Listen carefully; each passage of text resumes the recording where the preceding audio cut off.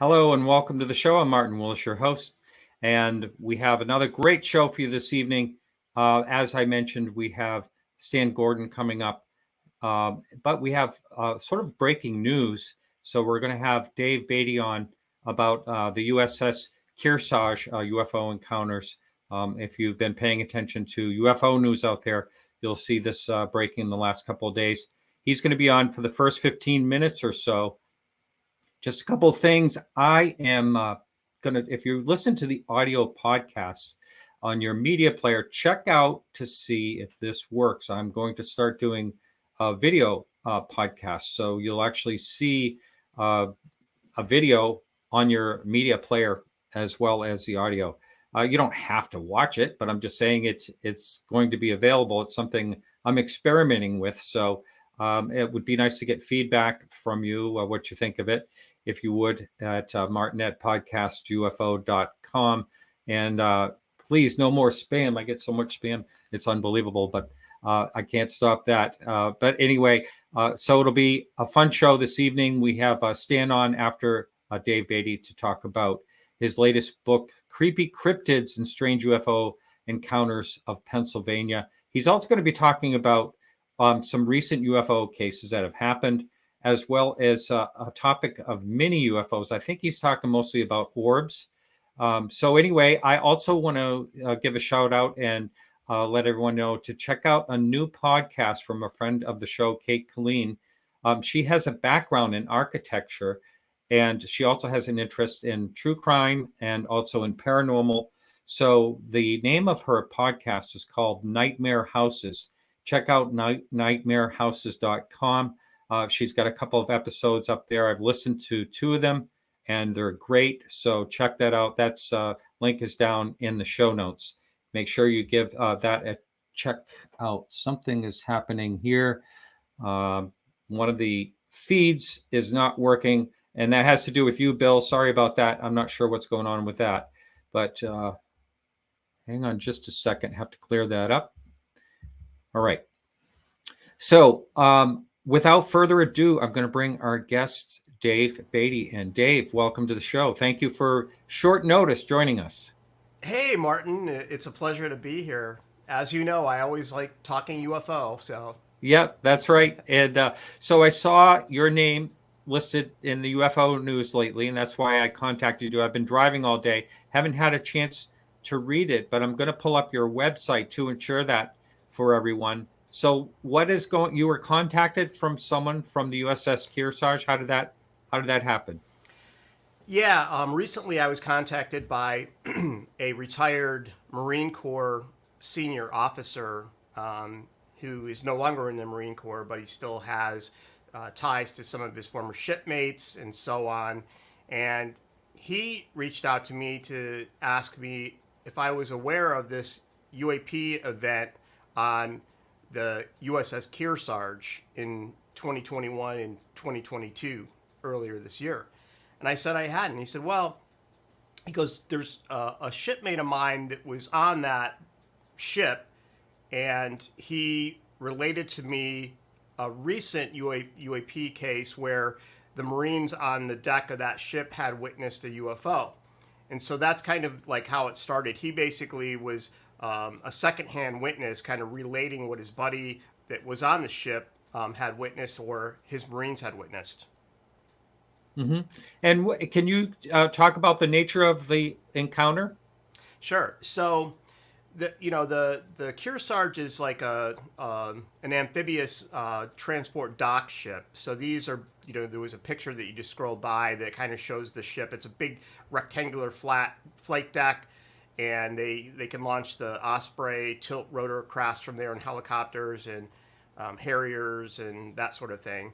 So during the workup phase, before they deploy overseas, they practice every single little technique.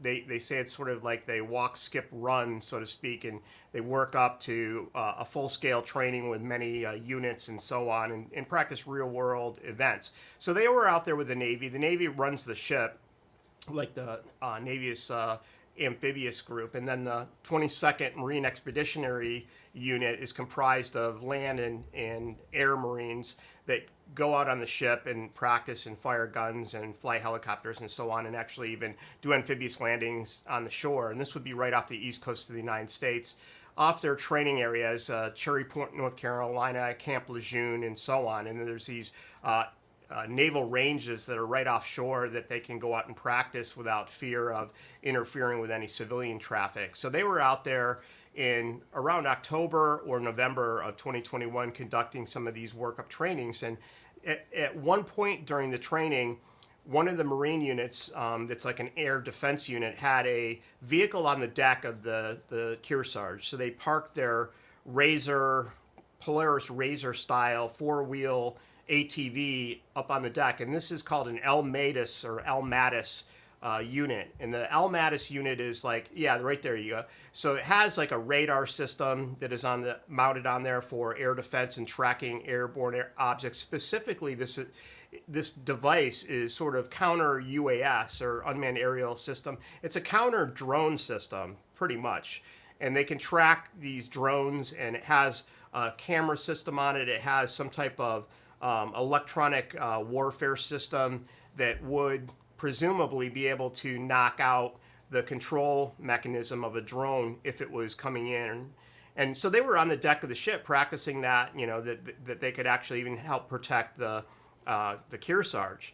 And during one of the nights where this L-Matis unit was out there, the Marines that were on that vehicle noticed that there were these two objects that were trailing the Kearsarge. And they described these things as about the size of an automobile, maybe a half-mile distance, and they were maybe 200 feet off the surface of the water. And these guys said, well, these things are drones, and obviously somebody is testing our capabilities. That's what our job is, so we better fire this thing up. So they tried to get radar tracks on it with the L-Matis truck, and according to my source, they were unable actually to see any radar returns from that device. And they also had some thermal imaging FLIR equipment, and they tried to see the objects with the FLIR, and the same result, like it didn't show up, these lights.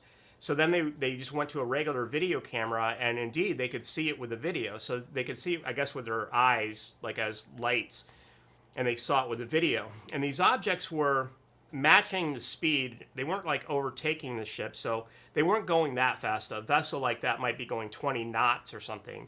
So these lights were behind the ship, following the ship. They began recording the event, and the pilot said that they were actually doing what he called shackle turns.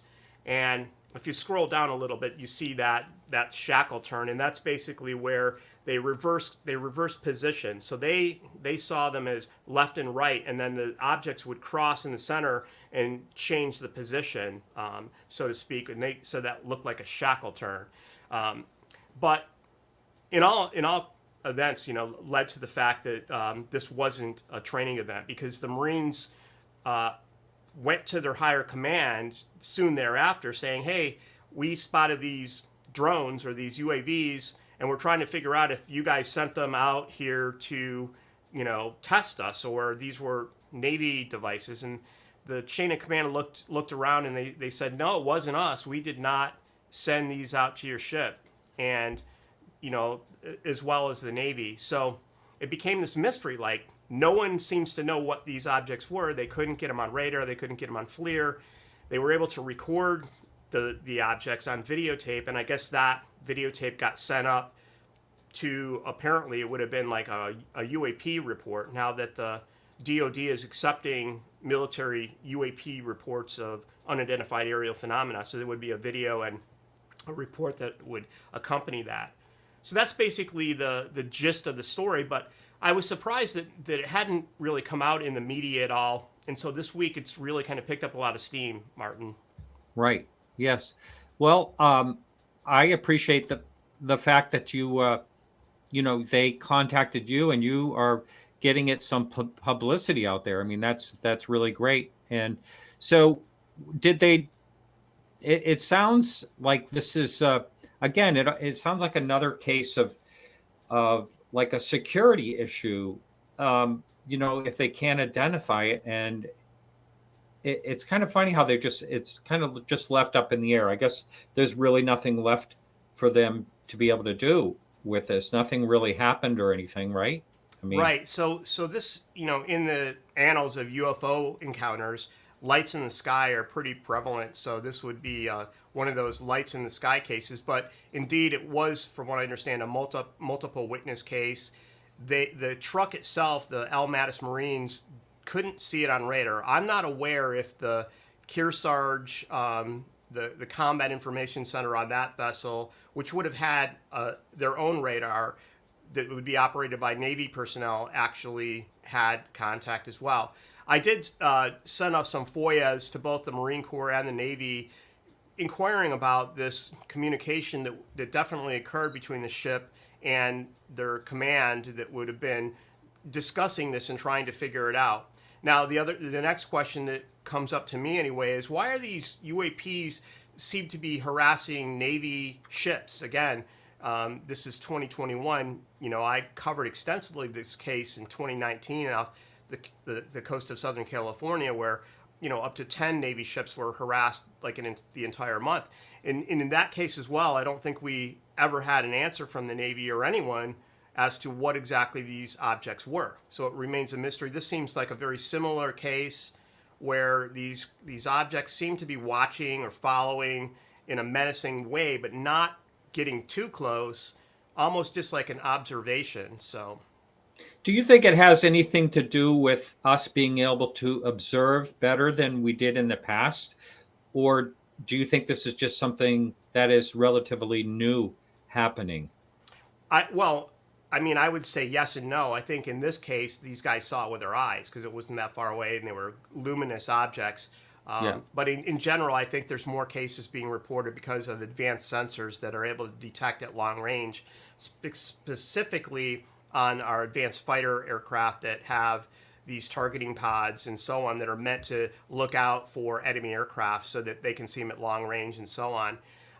In this case, I think it kind of, to me, it begs the question, what exactly are these objects interested in? If they're man-made, obviously we might say it's surveillance or counter. It would be electronic intelligence and signal intelligence that an adversarial force would be flying drones looking at this for the intelligence aspects, since they're not really being aggressively engaging in an aggressive manner, so to speak. But aside from that, then people might also say, well, is there something that the military has that actually causes these objects to appear?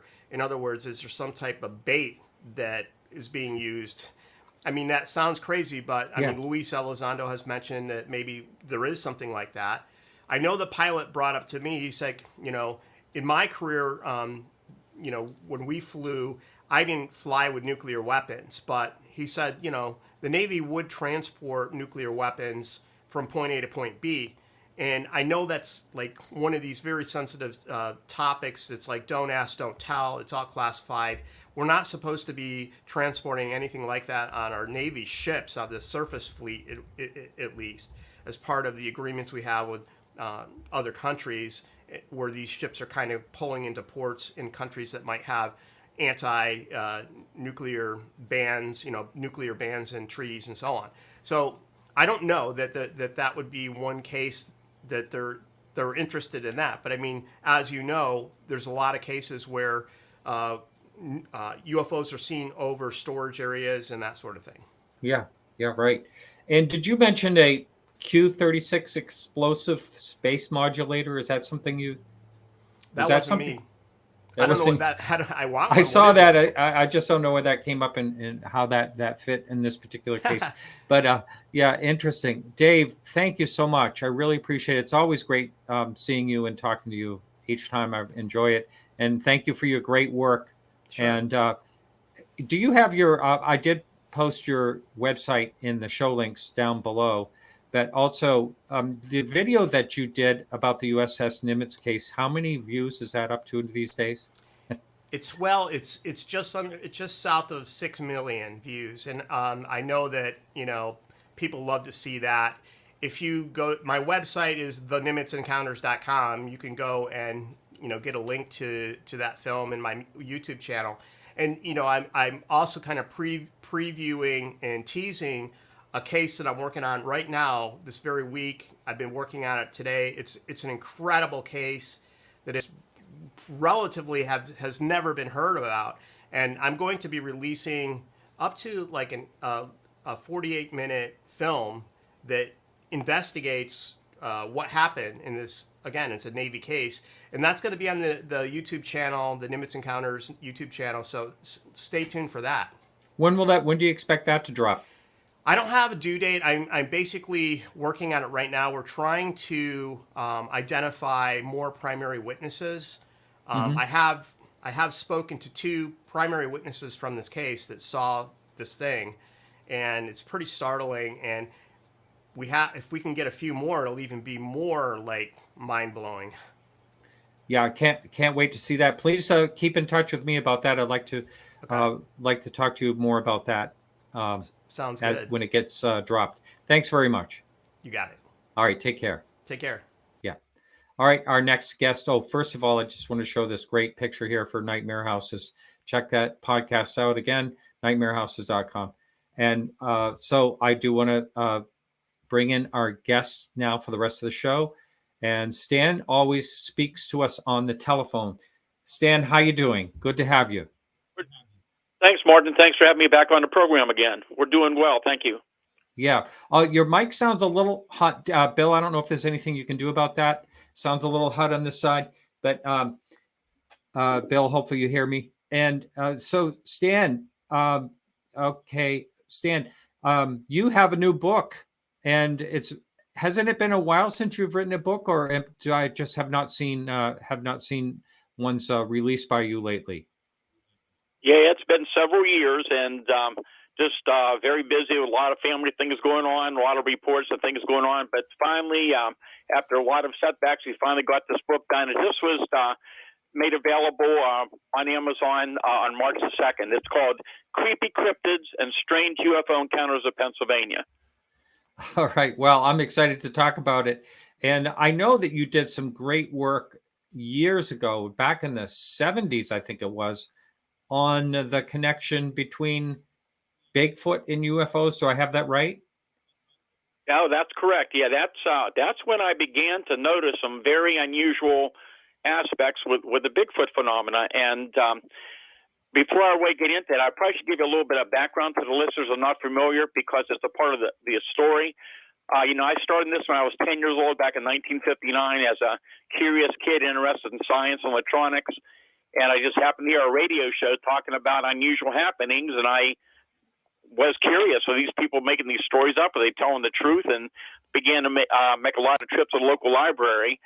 And I was 16 years old when the incident happened near Kecksburg, PA. And it was after Kecksburg I began to go out into the field to do firsthand investigation. I've been doing that ever since. Now going on 63 years of research, and I still have never seen a UFO or a Bigfoot. Interviewed thousands of UFO witnesses, interviewed hundreds of Bigfoot and cryptid witnesses, have seen a lot of evidence, but I've never seen one personally. But anyhow, in 1969, I set up a hotline for the public to report UFO sightings. And it became apparent very quickly from the reports coming in that this was a lot more than I could do on my own. So I decided I was going to try to set up a research group of volunteers to investigate the reports. So in 1970, I founded the first of 3 volunteer research groups. And the first group was called the Westmoreland County UFO Study Group. And it was kind of unique in that the majority of people involved were specialists. We had scientists, engineers, technicians, police officers, former military people, all kind of people volunteering their time. We all had full-time jobs, so we're doing around our jobs. But I had it set up that we could respond to cases 24 hours a day when we were able to, and we did have many cases. And by 1973, we had extended to cover the whole state of Pennsylvania. And it was lucky that we were set up, because none of us could ever imagine what was about to unfold. First, we had the largest outbreak of UFO sightings ever documented. Started January 1st of 1973, continued to the last day of the year. There were hundreds and hundreds of UFO reports coming in. And many of these were daylight sightings, some very detailed close-range reports. And back then, a lot of the local and statewide and even national papers were covering a lot of these incidents as they were going on. And all this UFO activity in itself was just amazing.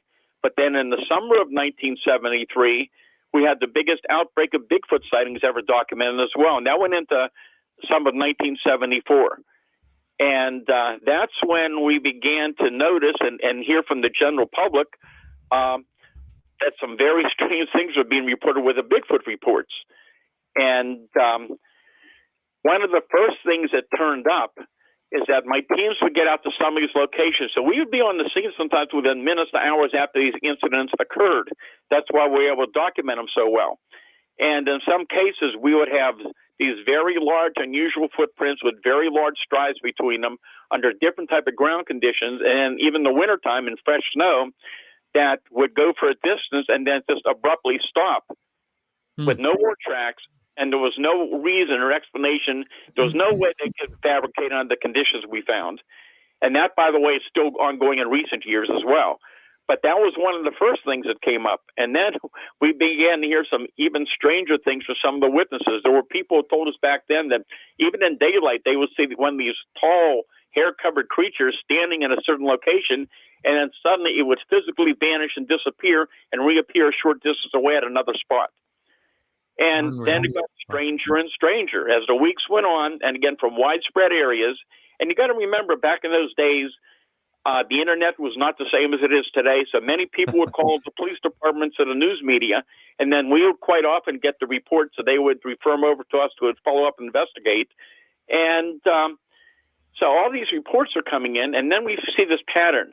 We'd have a UFO sighting in a certain area. Within minutes to hours to days later, we'd have a Bigfoot sighting or a UFO sighting, and vice versa. And then we had those amazing cases where we had a UFO and a Bigfoot seen together at the same time and place. And I'll be glad to tell you about some of those accounts. And these kind of things are actually still ongoing.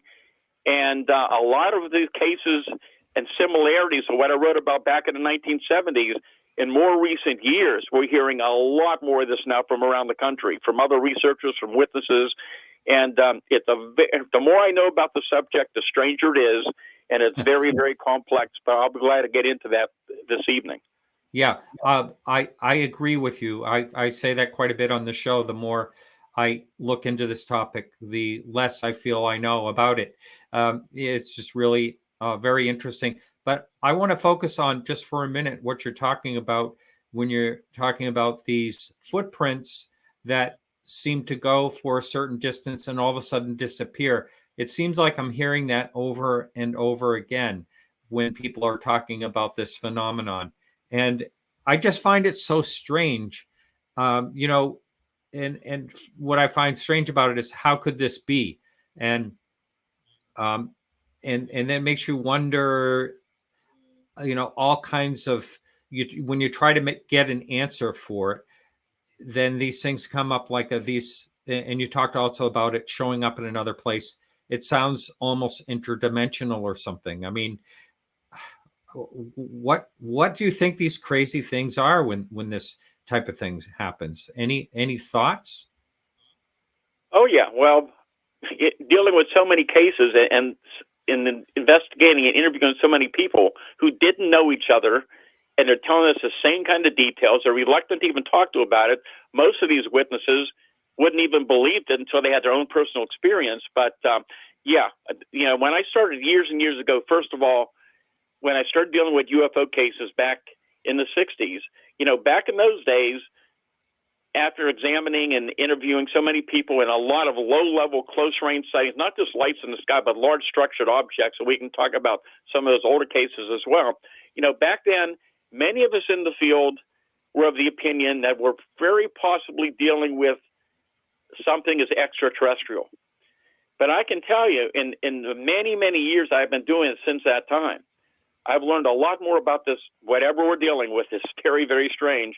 And as I said a long time ago, I think it's very likely there's more than one origin to the unknown category of the UFO phenomenon, whatever it might be. Mm-hmm. And I think maybe a small percentage might be extraterrestrial. But the more I know about this, and again, what's really interesting is that I'm seeing some similarities between, for example, some of the Bigfoot reports coming in, some of the other cryptid reports, and UFO mystery and UFO sightings are being reported. There's a physical and a non-physical component to a lot of these cases. So with UFO sightings, as you're very much familiar with, and I think more and more people are hearing about this, even in daylight, these objects can suddenly just suddenly appear. Yep. And then they can either look physically solid, and then they can either begin to slowly fade away and disappear, or just suddenly they're gone. They come and they go. Sometimes they physically change form. We have reports even in recent years of large, what appear to be a solid outline of triangular objects moving across the sky, but people can see through them. But these things suddenly appear. They come and they go. There's a physical and non-physical aspect to it. And yeah, for lack of a better term, I guess we'll call it interdimensional. Yeah, like I also agree with you that they could be a number of things. I mean, it just seems to point to that in so many ways. There's not one answer for them all, and I always like the thought of, we wouldn't even understand it if we knew. And that's also a possibility. So go ahead. Sorry. Yeah. No, I was just going to say that, the more we've learned about this, the more mysterious it is. There are so many aspects to the Bigfoot mystery. And again, going back years and years ago, when I got involved in this, and I was investigating reports of Bigfoot sightings in Pennsylvania back in the 60s. And what I knew about Bigfoot was that it probably, if these things are real, and people are really seeing these things, it's probably some type of unknown primate. Well, as time went on and we learned more and more about it, I started to realize, especially in the last several years, and a lot more data and more information I've been finding, it's much more complicated. There's similarities, again, with some of the UFO cases been reported over the years. And here's one example of many, many that many people have never heard of. And you're familiar with the fact that even going back to at least the 1950s, you've heard many reports of these unusual objects, these aerial objects, pacing vehicles, hovering low over vehicles, and sometimes the motor began to sputter, the headlights would go very low, they would lose power, the object would take off, and the power would come back on, the headlights would get brighter. Well, what a lot of people have never heard of, even though it's rare, but they've been reported around the country, there are also electromagnetic effect cases with close-range incidents with Bigfoot. So we have incidents where people were driving, and this creature passed right in front of their vehicle, very much near their vehicle. And as this happened, the car began to lose power. And as the creature moved off, the power came back on. So that's just one thing that's very, very intriguing. Wow. Has this, as far as you know, I saw, the title of your book is Cryptids. Has this happened with any other unusual animal or what looks like an animal that people are seeing as well? Or is it just Bigfoot? Oh, no. And again, there's differences, but similarities. So another thing that's been showing up, and something you may have heard about this too, but I noticed this years ago, but it's been happening more and more in the last several years. People have attempted with both the old digital cameras and even with the phone cameras now, people have at times attempted to take pictures of UFOs, especially some of the low-level cases. And when they aimed their cameras at them, for example, there would be a malfunction and the camera would not work. It worked fine right before that. It worked fine afterwards, but only during that time. And the same thing has happened with cryptid cases now. We're having people telling us about this. In fact, it gets even stranger that there have been incidents where people have, right after the cryptid encounter, they went over to take pictures of the physical evidence, like footprints, and the cameras would malfunction. And as soon as they got home, cameras working fine. I interviewed a fellow a few weeks ago. And again, this is something we can talk about more often because we're all familiar with Skinwalker Ranch. But some of the incidents I've been involved with since the early 70s are very, very similar. And these incidents are going on now at certain areas in Pennsylvania, which have been active. I know of many others I've heard of around the country have similar type of things going on. But this fellow is up on the Pennsylvania-New York border, apparently a long history of all kind of phenomena. So you have screams and cries and footprints and Bigfoot sightings and other cryptid reports, Black Panther sightings, paranormal phenomena. And again, we'll get into what I call mini UFOs, are these small orbs or small spheres of light low to the ground in areas we have a long history of Bigfoot. But I just talked to this fellow, and this guy is a professional person, has some very high-tech equipment, night vision equipment, some very good stuff he's familiar with.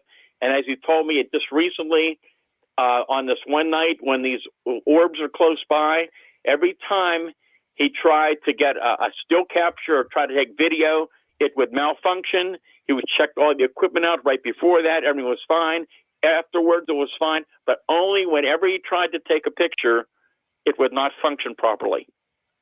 You know, you also hear about batteries on cameras like dying when it's fully charged, and there's no reason for that to happen. That's another one. Any cases has that happened with any cases that you're aware of? Yeah, that's what's happening in some of these cases, that you have fully charged batteries, and the cameras just when he tries to take a picture, or when the witness tried to take a picture, the battery was completely dead in some cases. I remember one case. This is probably 7-8 years ago, and this was up on the Fayette County, Westmoreland County border. Beautiful morning. This fellow's sitting there at this table next to the window. His dog is lying there, and all of a sudden it got pitch black. It had been sunny moments before, and he thought, that's so unusual, like there's a big storm coming up. So he grabs his fully charged phone he had just charged.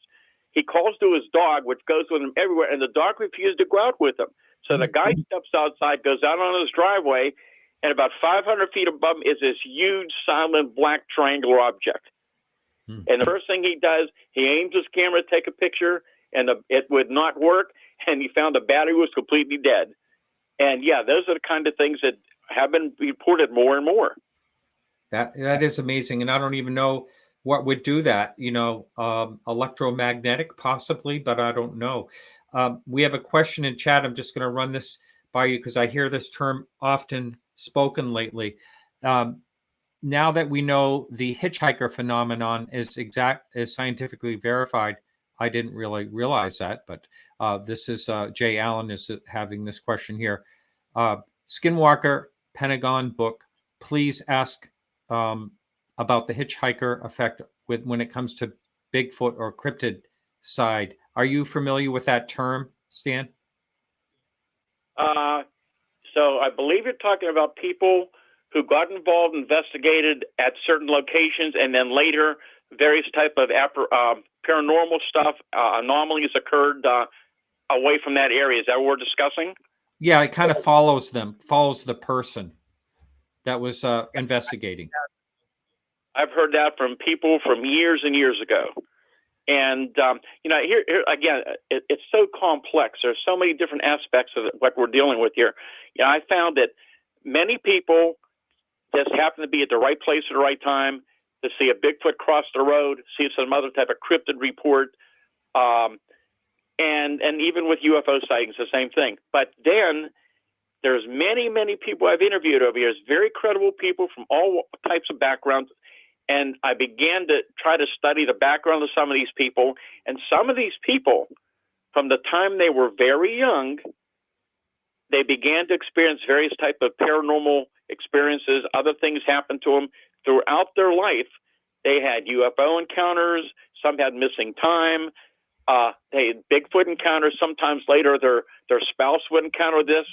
Later on, there's one person I've been in touch with now for probably going on over 45 years, and she was a young child that was missing, and there was a search for her, and they found her standing right in the middle of the field. Had been searched many times, and she had no idea she was even missing. But she's had experiences her whole life, then her children, and now her grandchildren. Wow. And this is something I'm finding with various other people as well. In fact, it's so amazing when you interview these people, and they don't know each other, and they tell you the little details. They keep bringing up almost exactly the same thing that they're telling me. There's certain things that happened to them throughout their lives, the experiences they had. And could it be that certain people have certain abilities?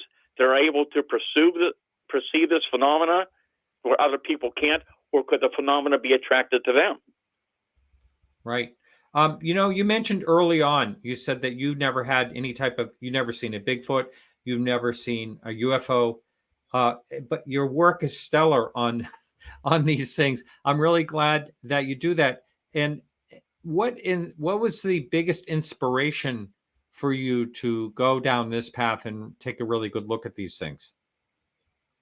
Well, I think what happened was that as I started back so many years ago and started documenting all these cases, here's one of the first things that showed up, that there was something unusual going on with Bigfoot. 1972. This actually was only several miles from where I live here outside of Greensburg. This was a large wooded area where a lot of people lived around there for years and years, and nothing ever happened there. And all of a sudden, I started getting calls from various landowners independently, who are talking about screams and cries and something bipedal heavy walking in the woods. Then somebody does see a large, broad-shouldered creature chasing dogs. They're finding footprints. They're seeing strange lights, and they're seeing these very small, little spherical objects in their trees and very close to their home. So I started documenting all that. Then, of course, next year, 1973, all kind of stuff's happening, all kind of phenomena is going on. And you have the UFO sightings and the Bigfoot sightings, and all these weird cases are showing up.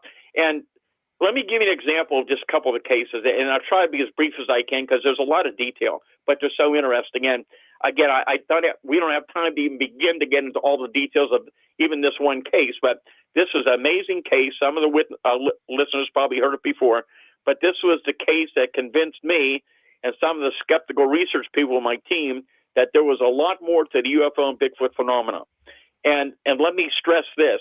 When you hear these accounts, I am not saying that Bigfoot, for example, is a passenger or a pilot of a spacecraft from another planet, because we don't know for sure what we're dealing with. Could these objects be something other than extraterrestrial? Could be. And the creatures may well be something else too. We just don't understand it. But this particular case, October 25th, 1973, my hotline, many reports of UFO sightings during that 24-hour period. About 10:30 that night, I get a call from a state trooper from the Uniontown Barracks in Fayette County, which has had a long history of UFOs, cryptids, and it's ongoing year after year, including already this year. Anyhow, he told me he had just come back from investigating this very unusual incident. He believed it was possible there was something still up on the farm. He wanted me to get my team up there as soon as we could. So it's already late. We got our team together. We got our radiation gear, our radio equipment, and got things together and found our way up there and spent much of the night and early morning hours up in that area. About 15 people in that rural area are observing this barn-sized red sphere, about 100 feet off the ground, slowly moving downward towards the pasture. And I always center the case on the farmer's son, who was the fella who a lot of the story focuses on. He was coming out to visit his family. He was on his dad's farm when this happened. He's riding down the farm road, and he sees people standing outside, sees this object in the sky, and it's coming down lower. So he goes to a better location to get a better look at this thing, and it looks like it's going to land on his dad's farm. So he and two neighbor boys decide they want to go up and see what this thing is. So before going down to the pasture, they stop at his dad's farm. He grabs a 30-06 and a handful of ammunition. He didn't realize that at the time he had two tracer bullets. And so you just get that luminous trail when you fire those tracer bullets. Anyhow, as they're riding down the farm road, the dogs around the area are carrying on, going crazy. They hear this high-pitched whining noise and these loud baby crying sounds. And they finally make their way down the area. They angle their vehicle. They have the headlights on, and it looks like something's draining the power from the headlights. They had never noticed that before. So they walk up to the top of the hill to the pasture, and they're standing there, and they can't believe what they're seeing. About 250 feet away, this very large object is now on the ground or right above it. But now it's not a complete sphere. It's a big white dome, like a half of a sphere. But it's big. It's about 100 feet or so in diameter. It's making this loud pitch whining noise. It's illuminating much of the area. So they're standing in this thing, and they can't believe what they're seeing. But then a few minutes later, they look to a barbed wire fence about 75 feet away. And here's these two huge bipedal upright creatures covered with long, dark, matted hair, one behind the other, moving very slowly along the barbed wire fence in their direction. The largest one's about 8 feet tall. The one behind it's about 7 feet tall. These things are bipedal. They have no neck. They have very long arms. They're extending way below the knees, almost to the ground. They have large, luminous, glowing green eyes. These things are making this loud, whining, crying baby sound. Well, the one boy is so frightened he runs out of the field. And the other young boy starts yelling at him, shoot him, shoot him. Well, the guy fires his first shot over their head, which was that tracer. So you just got that luminous trail. But when he fires that second tracer, the largest of the two creatures reaches out instead of grabbing that tracer, makes a loud whining, crying sound, and that large object in the field vanishes and disappears. It doesn't take off. It's just gone. So most of the luminosity is gone. The sound stops. It's getting butt dark. They turn around. The two creatures start walking back along the fence line back towards the woods. At that point, the guy's firing live ammo from his .30-06 into the creatures, mainly aiming at that big one. And he told me, I remember he told me for years and years until he passed away, he said, I'll never forget how that huge creature with those glowing green eyes was staring at me as I'm pumping live ammo into it, and there's no effect on it whatsoever. So they run back to the truck and go back to the farmhouse and told them what happened, and they went to a neighbor's and they called the state police. So the trooper arrives about 45 minutes later. They go up in the field in the troop car, and I interviewed the trooper.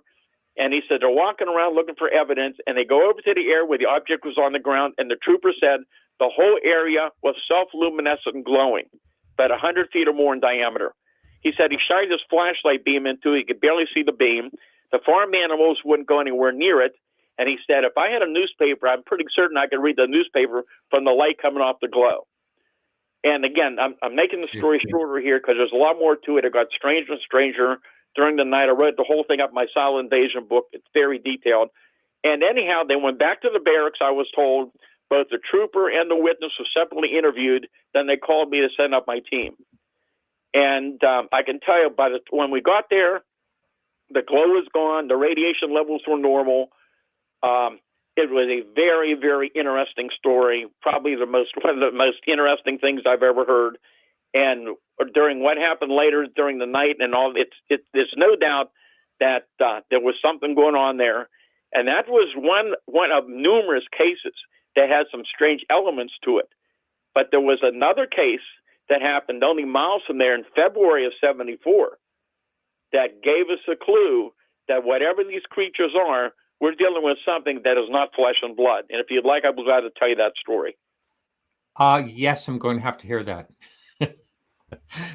And we do have, just to let thank you for those people in chat that are putting up questions. I'll try to get to them as we get along, but as we go along here.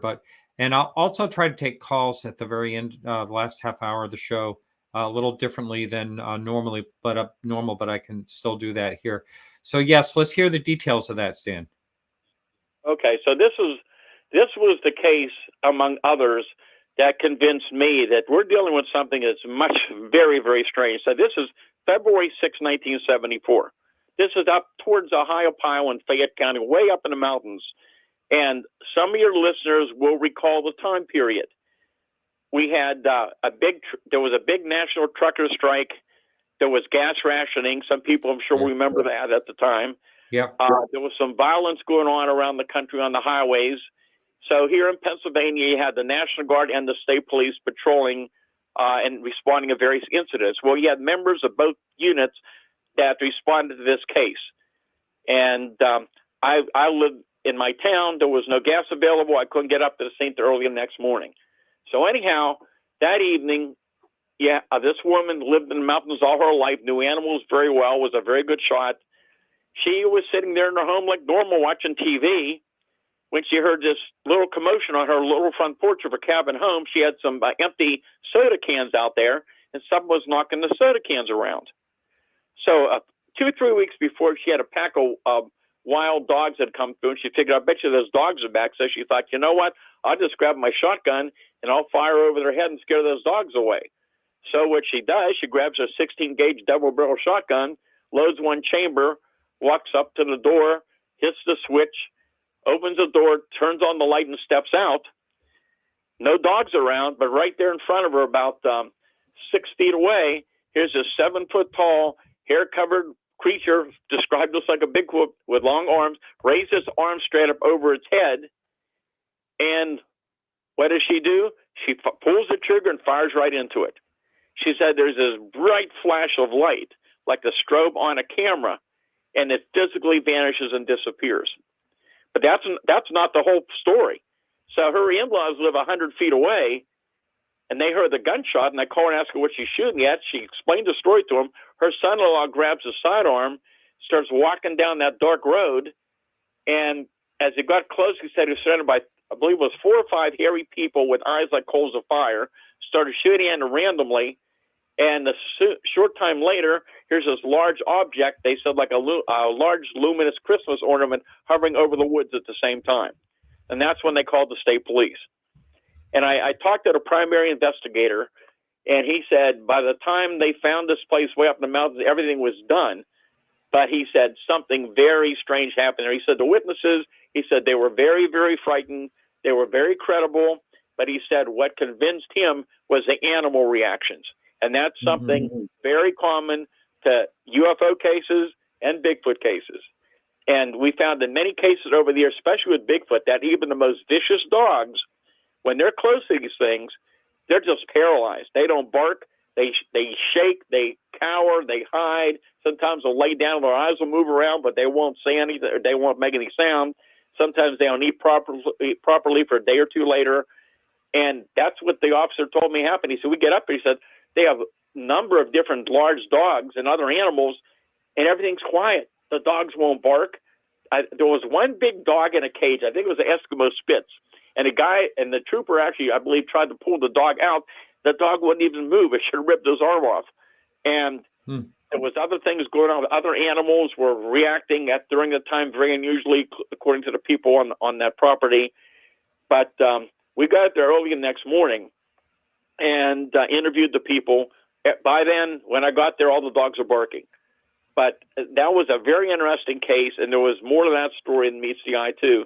But that was the case among others where people told us that these things at times can suddenly disappear. I don't recommend people shooting at these things, but people have over the years, especially during that event in the 70s. People had different types of weapons they used, and either the creatures would, in most cases, they would just sometimes be completely unharmed, show no indication of being harmed at all. Sometimes they would fall down and get up and walk away. And then you had these cases where the creatures just disappeared.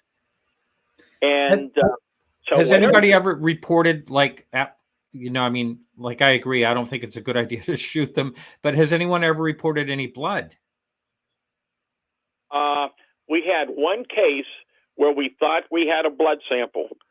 And that was up in Indiana County, where in daylight, I believe it was daylight, or just getting dark, it was up an apple orchard. We knew these things loved apples, corn, and berries. We had reports of them taking whole apples and putting whole apples in their mouth and eating them. And this thing came right up. These people just picked a bunch of bushel baskets full of apples, if I remember. And this thing came up and was taking apples out of the bushel basket and eating them whole. And it went around to the side, to the front of the house, and the fellow in the house grabbed his rifle. And as this thing is crossing the road, he starts firing into it. Apparently no effect on it whatsoever, but it's making these loud cries and screams, and other people are coming up, and it's running across the road eating an apple, and what looked like blood on the road. So they called the state police, and then the state police had contacted us, and we sent our team up right away, and the troopers got there before we did. They took, if I remember, some of the apple samples, but they left what looked like blood for us. And years and years ago, we had access through one of the other research groups back in the day, and they had some of the top, one or two of the top anthropologists in the country, and it took a long, long time. But anyhow, it turned out it was not blood. It was apple juice mixed with saliva, but that's the best they could do at that time. Wow. Did they happen to save the samples of that? If they did, we never found, not that I'm aware of. No, the samples we had, we had different types of testing done at labs over the years in different cases. But back in those days, the testing was much different. And lots of times, if I remember, was a destructive type of test. So you lost your samples, which was unfortunate because we had some really good hair samples from those days. And some of them actually mysteriously disappeared in transit. That's another story. But some of the other samples we had were destroyed during the testing, and I wish we had them today. Right, because, you have DNA testing today, which would be crucial if you could actually get saliva from one of those things. Wow. Yeah. And yeah, you do hear about things missing, evidence missing that seems to follow the UFO field anyway. Like for instance, the Socorro incident, there was a metal scrape on a rock, and that somehow disappeared when it was in NASA's hands to take a look at it. That type of thing. So it is a shame when those things happen. But fantastic stories, Stan. I always love having you on because these stories are quite amazing. And I can tell you, to give you another little interesting aspect of that October 25th UFO landing with the Bigfoot. So years later, during a follow-up interview with one of the primary witnesses, because we did that on important cases, anyhow, what we found out was that about a week or two after the incident happened. Now, my team was up there numerous times doing follow-up investigations. It was a big deal. It was in the news and whatever. Not all these details, but people knew about it. And we had never used hypnosis on this fellow because of some of the things that happened. And years later, we were considering the possibility. So we're interviewing this fellow. We call him Steve, pseudonym. And we started talking to him about doing hypnosis. And he looked at us real funny, my associate and I. And he said, well, why do you want to hypnotize me again? And we looked at each other because we knew none of us and our team had ever hypnotized him. And he went on to tell us that. He said, I think it was about a week or two after the incident happened. He said, among those that came to him, there was a man in a dark suit and a man in an Air Force uniform. The man in the Air Force uniform had a briefcase with him. He thought for somehow they were connected to my group at that time. So he never thought much about it. Anyhow, he said these fellows came there. They wanted him to tell them all the details of what had taken place.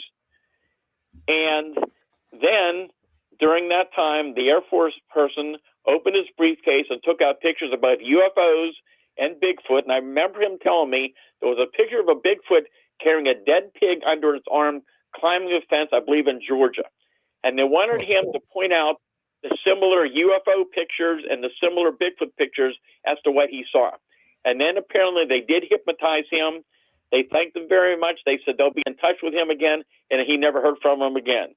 And, of course, we tried to follow up on that, but, of course, now it's 1973. So Blue Book closed down in January of 1970 officially, and there was no records of anything, and we couldn't find out who it was. But there were other mystery men that showed up during that time period when some very strange things were going on in 73 and the 74. I had someone on the show that is not in the so-called UFO circuit. I just happened to talk to him, and he told me this amazing story. I had him on, I don't know, maybe 4 years ago. And back in he said the 60s, I believe it was, he was just a kid and had a UFO sighting and wrote to the Air Force. And these two people showed up at his door. And one of them he thought was Ruppelt after all these years, looking into it later on. But the reason I'm bringing this up is because they sat with him. His mother let him sit in a room with these two guys. One was in Air Force uniform, one was in a suit or something. And they showed him pictures of UFOs in a book and said, did it look like this? Did it look like that? And it almost sounds similar to what you're saying, that they showed him this picture of a Bigfoot carrying a pig, as you said. I believe you said that. Yeah, that's really, really something how they would. That's the second time I've heard that type of story. Well, there's so much, there's so much to these cases we're dealing with. that the public's not aware of or they rarely ever hear about. The other thing that I think is very significant is what I call mini UFO sightings. I think I just barely touched on it. But since the 1960s, I've been investigating these incidents of these objects that are not high in the sky. They're very low to the ground. They come very close to witnesses, and they're generally pretty small. They range anywhere. The smallest ones look like oversized lightning bugs or fireflies, about an inch or two in diameter, but they go up to about a foot or two in diameter, generally spherical, but not always spherical objects. Some are solid metallic looking. Other ones are just brilliant light sources of various colors. But what's really interesting, again, they'll come right up to people at times, even in daylight. I've had them pace vehicles. I've had them enter people's vehicles and homes through open windows and float around, and then sometimes go out the windows, sometimes go right through the walls of the house or right through the bed of the vehicle. And those cases are very, very intriguing. And these things, they're going on more and more over the years. But also what's fascinating is in more recent years, not only in Pennsylvania and ongoing even in recent weeks reports I'm getting, but in other parts of the country as well, in areas where you have a lot of history of Bigfoot sightings, both Bigfoot researchers and witnesses are reporting these unusual spheres of light. Some people call them orbs, low in the trees, sometimes coming close to them. And sometimes these cases, you have some direct connection with Bigfoot as well. And I'll give you one interesting example. This occurred just outside of Pittsburgh in a wooded rural area in May of 2019. And it was early morning hours, and this fella, I think it was in the kitchen or whatever, looked out the back window. That whole back area where he lived was well illuminated, and there was a large wooded area, and he sees a smaller Bigfoot. We get reports of smaller ones, too. It's 4.5 to 5 feet tall. It was covered with long, dark hair, and he was walking upright on two legs. Arms were swinging. He got a really good look at this thing, and is moving pretty fast, and it goes to a particular area of the woods as it enters the woods. Seconds later, at the exact location where it entered the woods, this bright sphere of light, about 3 to 4 inches in diameter, just suddenly appeared. And he said it was similar to looking directly into the front of a flashlight, but it's only about 4 feet off the ground. The light then went a few seconds and then vanished, and a few seconds later, it reappears again about 10 feet away. This time, the small sphere emits a bright beam of light about 10 to 12 feet long. After a few seconds, the beam of light and the object is gone. But those are the kind of things that are happening. And you know, we had an amazing case during that 73 wave north of Pittsburgh.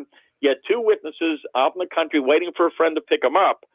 They see this around the 7, 8 foot tall, hair-covered Bigfoot with white hair. You don't hear about the white ones very often. We get those reports. It's strange enough to see a Bigfoot running across the road towards the woods, but in one of its hand, it's carrying a small sphere of light. Oh. And as it's walking into the woods, a few minutes later, this object comes across the sky, projects a beam of light down into the woods where the creature went into. Jeez. Just crazy. And the white one, isn't that what they used to call the abominable snowman or something like that? Well, again, when you hear the reports from the Yeti up in the Himalayas, a lot of those reports are of something white. In the United States, you do get some reports.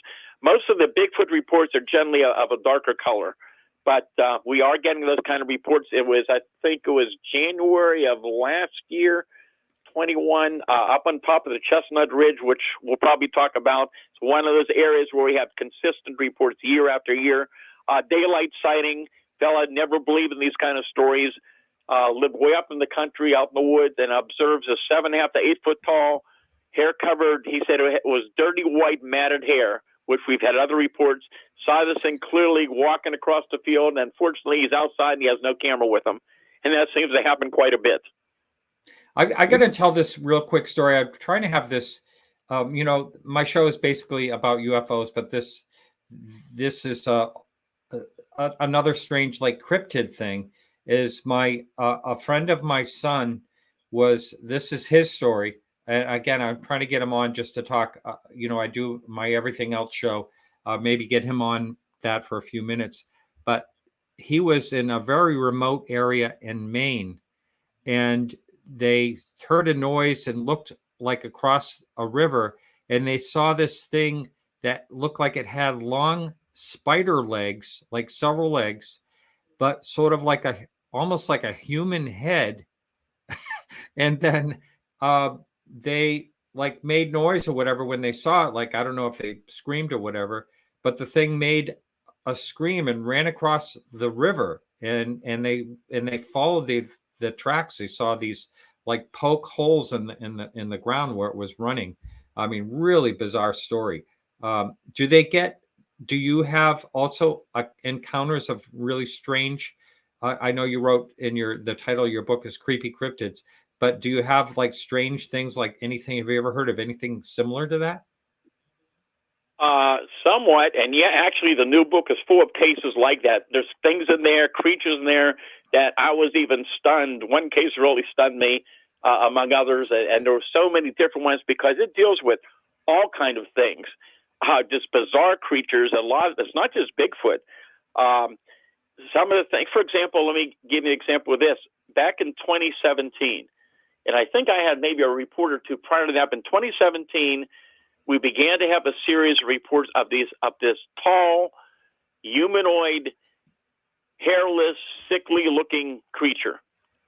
And the first report actually I got was in the fall of 2017 in Southwest PA. It was from a police officer on patrol. And he said, this is the weirdest thing I have ever experienced in my life. He said, I'm on patrol. I'm out in the rural area that I patrol commonly. He said, I'm riding down this dark road, and ahead of me I see this very dull white ball of light low to the ground. And he's thinking, I've never seen any lighting like that before. And he stops his vehicle, and suddenly this ball of light rises up from the ground, and he realizes actually the head of this being that's about 6 feet tall or larger. And he said it was tall, it was skeletal thin, it was hairless, and it's illuminating the upper section of the body of this thing. And he watches this thing, and it turns to the right, and he can see it's illuminating up around the shoulder area. And it turns and faces him, then turns to the left, and he said, it moved at such an incredible speed. He said, I assume it ran, but he said it was just seconds. He said, I have never in my life, it was abnormal. He said, I've never seen anything. It was fascinating, anything I've ever seen.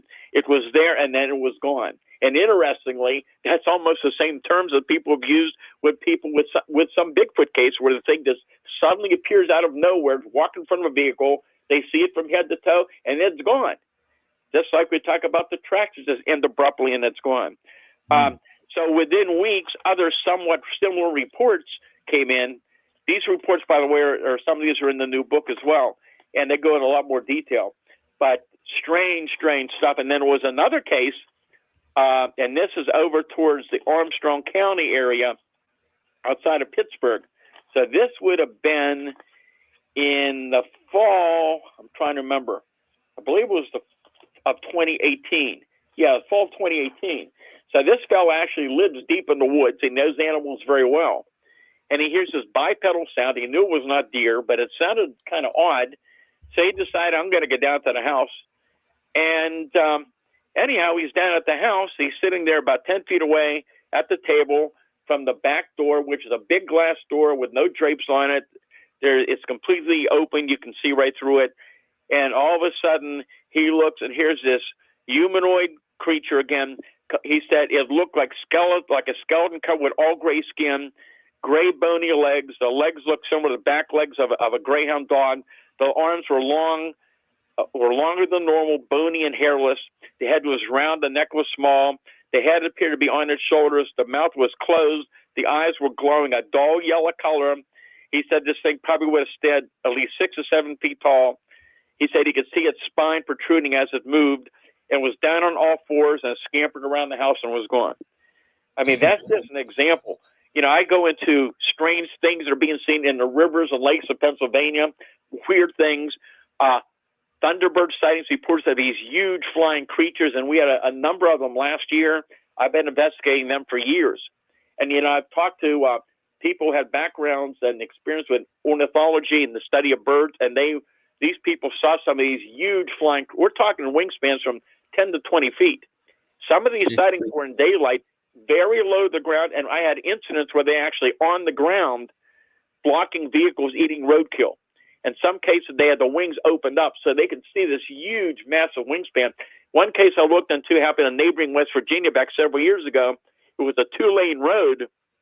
And after the incident, because the man could see this thing flapping its wings, there was dust and dirt coming up to the end of the wingtips.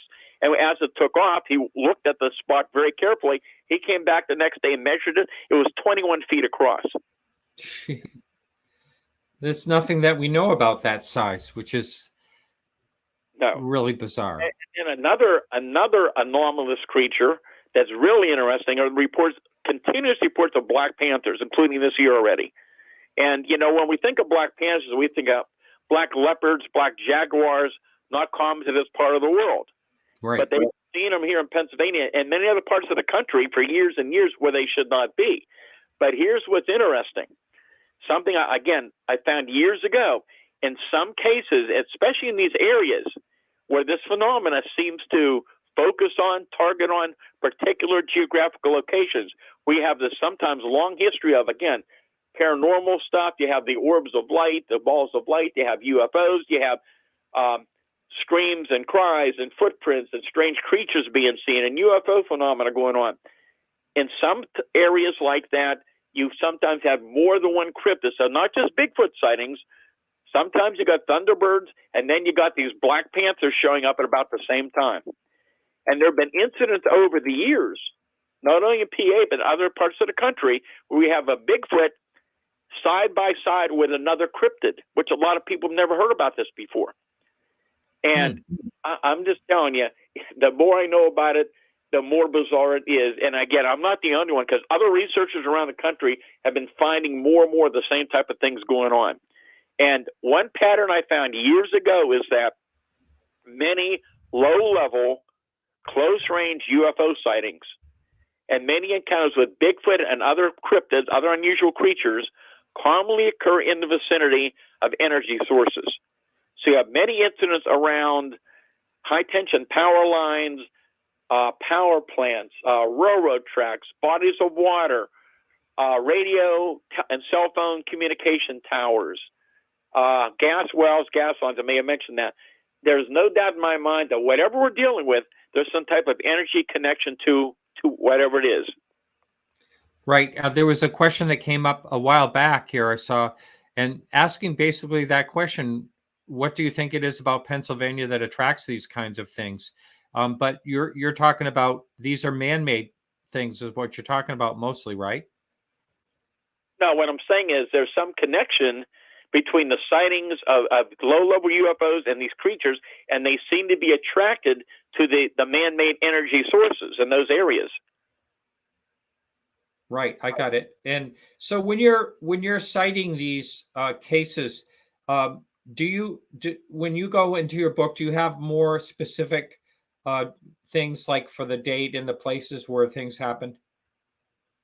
Oh yeah, it goes in there's dates. There's I don't give exact locations because a lot of these things are on private property, and of course witnesses, 99% of them don't want their names used. And again, I understand that because, I get calls from people who see these things all the time, current reports and past reports, and we didn't even talk about some of the more recent sightings. And this stuff is just going on and on. When we're talking about the UFO mystery, it's not something that happens on a rare occasion. I mean, I deal with these cases every year, all year round, in all type of weather conditions, daytime as well as at night. And if you go back on my website and take a look, there's a lot of information on an incident that happened the last several years. And I can tell you, even during the pandemic, I am really surprised from the reports that have been coming in. From going back from the time of it, even prior to the pandemic, 2017, 2018, 2019 was very active. 2020, 21, last year was steady reports coming in. A lot of elongated cigar-shaped objects, even daylight reports, triangular objects, low-level reports coming in, cryptid reports coming in. But here's what's really fascinating. Generally in the fall or winter months every year, because of the weather changes and all, reports begin to slow down. But for whatever reason, last year, 2021, starting in October, and continuing right actually up to the last couple weeks. It's been nonstop reports coming in. So even this year, I mean, January, February, March, it's been real busy with reports. And again, what's really intriguing is it's not just lights in the sky and objects making strange movements in the sky, but some of these are low-level incidents, which I can give you examples of some of these cases that are being reported from different areas. And again, this is not making the news because the majority of people are not calling into the news media and reporting these things. But I'm getting reports, other researchers are getting reports. And from what I'm being in touch with other researchers, I'm hearing even in other states over the last few months, there seems to be some activity going on. But I don't know why it's happening, but this is what's going on. Right. Yeah. Let's get into some of those cases. I'd like to hear more details about them, if I could. All right. I'm just gonna give you some examples here. So October of last year, this would be around the Armstrong County area outside of Pittsburgh. In the evening, a very large wingless object with red lights along the bottom, non-flashing. The only sound was just this large object moving through the air. There was no motor sound. There were 6 smaller white objects following the larger object, and then these lights began to circle this very large object, and they moved ahead of the large object, continued off in the distance, and then the large object continued out over the trees and was gone. In mid-October, now this was a major highway, Route 119, near Scottsdale, Mount Pleasant exit. Man contacted me, very reputable person. So he's riding in his car, and all of a sudden, several cars in front of him all hit their brakes at the same time, and he happens to look up.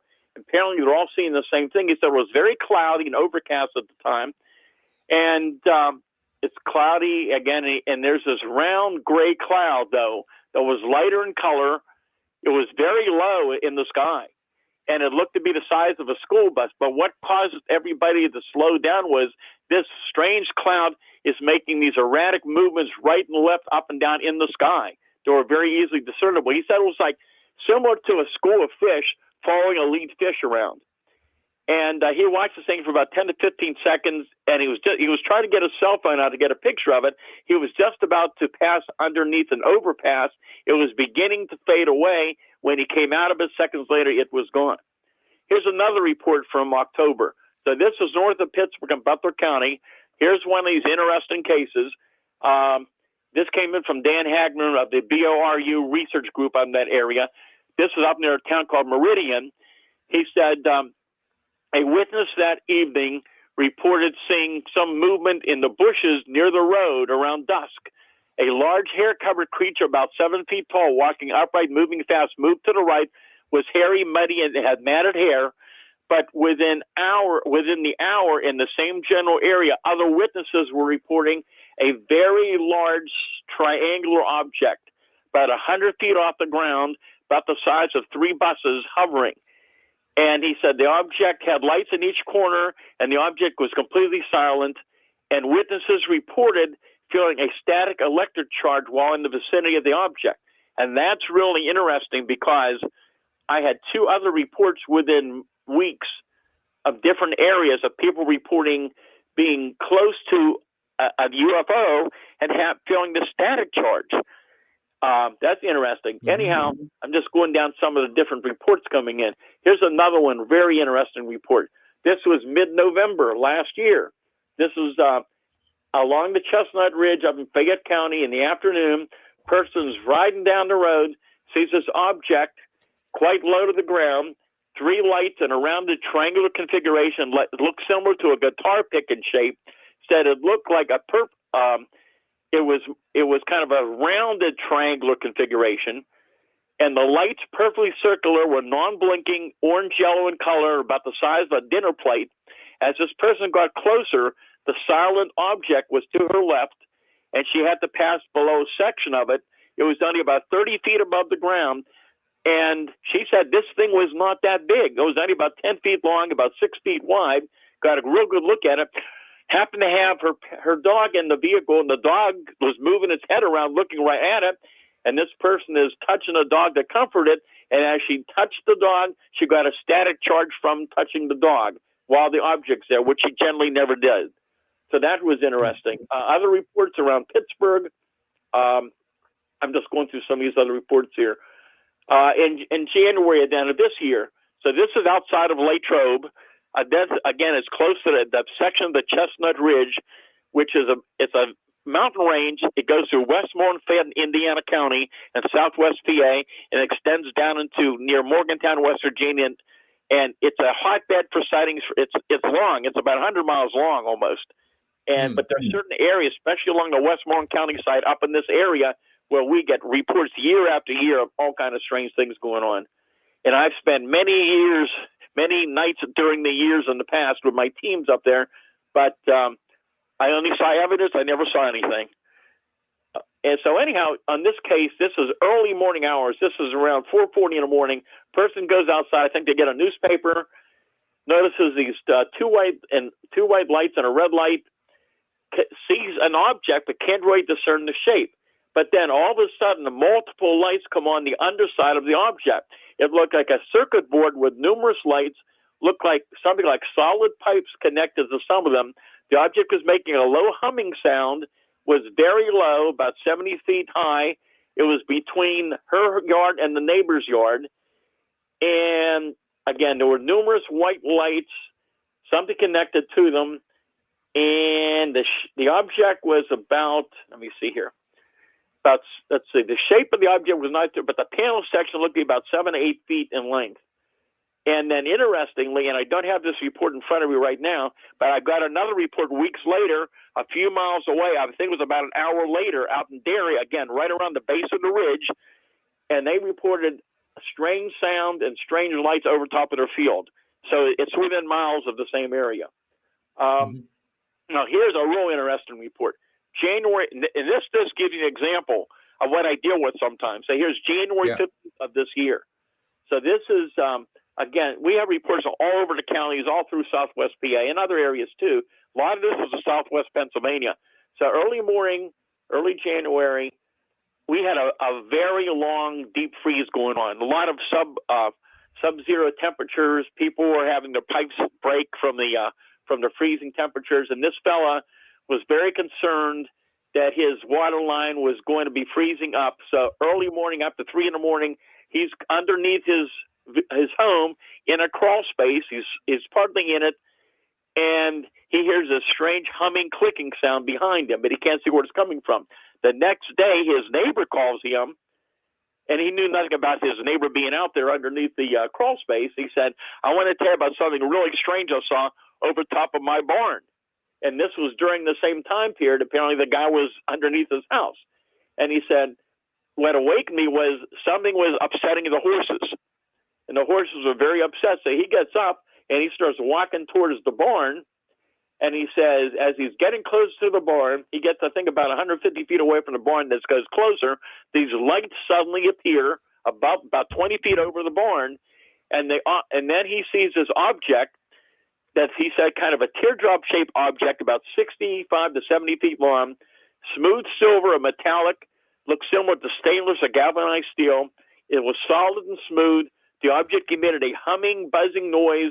There were numerous lights across the surface that looked round, approximately 8 rows of 20 to 30 lights that would change from a red to blue and then back to red. And he said he watched this thing hover for about 5 minutes, and he didn't have his camera with him. And he said he watched the lights. Suddenly, the lights went out, everything went dark, and the object just disappeared. He never saw it leaving the area. It was just gone. And moments later, all the horses went back to their normal behavior. But that's not the end of it.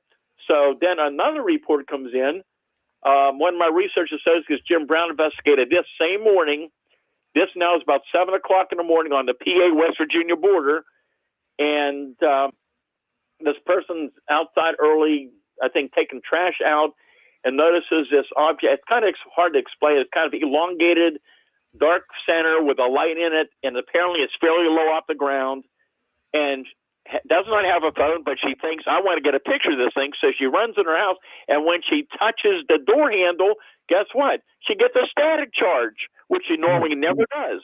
So she runs in, grabs her phone, touches the door again, gets another static charge. She goes back out, the object's gone. So Jim, who's a real high-tech guy, has some very high-tech instrumentation, got there, I think, within an hour or two. And the lady, by the way, called her neighbor to come over, and she also got a static charge. So here were 3 cases within weeks of this type of thing happening. And then to add to the mystery, the same morning, and I'm not sure if I have it in this file or not, the same morning, hold on a second, I'm going to try to switch and see if I can find this report. I have pages and pages of reports just from this year already, which is just pretty amazing. So we're looking January 15th, and at a little after 9 o'clock in the morning from Cambria County, so another county, a distance away, people in daylight see, guess what they see? They see a black panther in the daylight, very close range. They did get a picture of it. It's not real clear, but you can see the back section of it. And so now you have 3 really interesting cases on that day, and then you have this black panther sighting too. That's just an example of what I deal with pretty often. On the same day? On the same day, within hours. Yeah. I have heard people talk about a black panther in America, which is, but again, it's kind of like Bigfoot. Nobody's ever caught one as far as I know. And you would think that they would find remains or something. If they're wandering or, if they're breeding, they bizarre stuff. I love all this. I'm going to try to, there was another question up here. Someone wanted to know if there's any Bigfoot sightings in Sarver or Lancaster, PA. Oh, if you're talking about Sarver in Armstrong County, lots of activity. Even the last few years, I've written about some of these cases. I believe I have several cases of different cryptids from the close to that area in my new book, actually. But anyhow, Armstrong County, very active with UFO sightings, cryptid reports, a lot of weird stuff all around there. And Lancaster County has had incidents going back to at least the 70s. During that massive wave of UFO and Bigfoot sightings, there was incidents going on down around Lancaster County, so in eastern PA as well. There is probably not an area in Pennsylvania that something unusual hasn't happened. And some areas just have a lot of active history. Some areas have more activity than others. And there have been, again, black panther sightings all over the state. There have been incidents where I could tell you, for example, in March of 1983, see how my memory is doing here, there was a black panther incident in a suburb of Pittsburgh, so it's a populated area. And this actually made the news, by the way. And my team investigated it. This was a large auto dealership right near the edge of the big woods. There was a big fence separating the woods from the dealership. And the mechanic's putting a headlight on a car that morning, and this huge black panther with a dead animal in its mouth dives over the car and lands a few feet away from the mechanic. I mean, it's so close he could smell it, he can hear it breathing, and it turns around and jumps back over the car back into the woods. So other people see it, and there's a big one and a small one. That led to a big search by the Pittsburgh police, animal protectors with tranquilizer guns. They searched and searched. They never found it. There's nothing missing from any zoo or any animal place around the area. And it's another one of these mysteries. But what about footprints? I believe they found some, but not enough to track, if I remember. In fact, I had one of my guys who was a professional tracker in my research group. Now, he didn't get out there until later, but he did find a path, I think, for a short distance, but then that was it. So I don't think it was that conclusive. But here's the case I'm going to tell you about that, once again, I told you about some of the strange elements with black panthers and Bigfoot seen in the same areas. Mm-hmm. Here's another similarity to some of the Bigfoot cases we talked about. And this was the case, again, with a black panther that indicated we're dealing with something, again, that's very strange. So this is February of 1983. Fayette County, around 1 o'clock in the morning, this fellow's coming home from his friend's house. His car's overheating.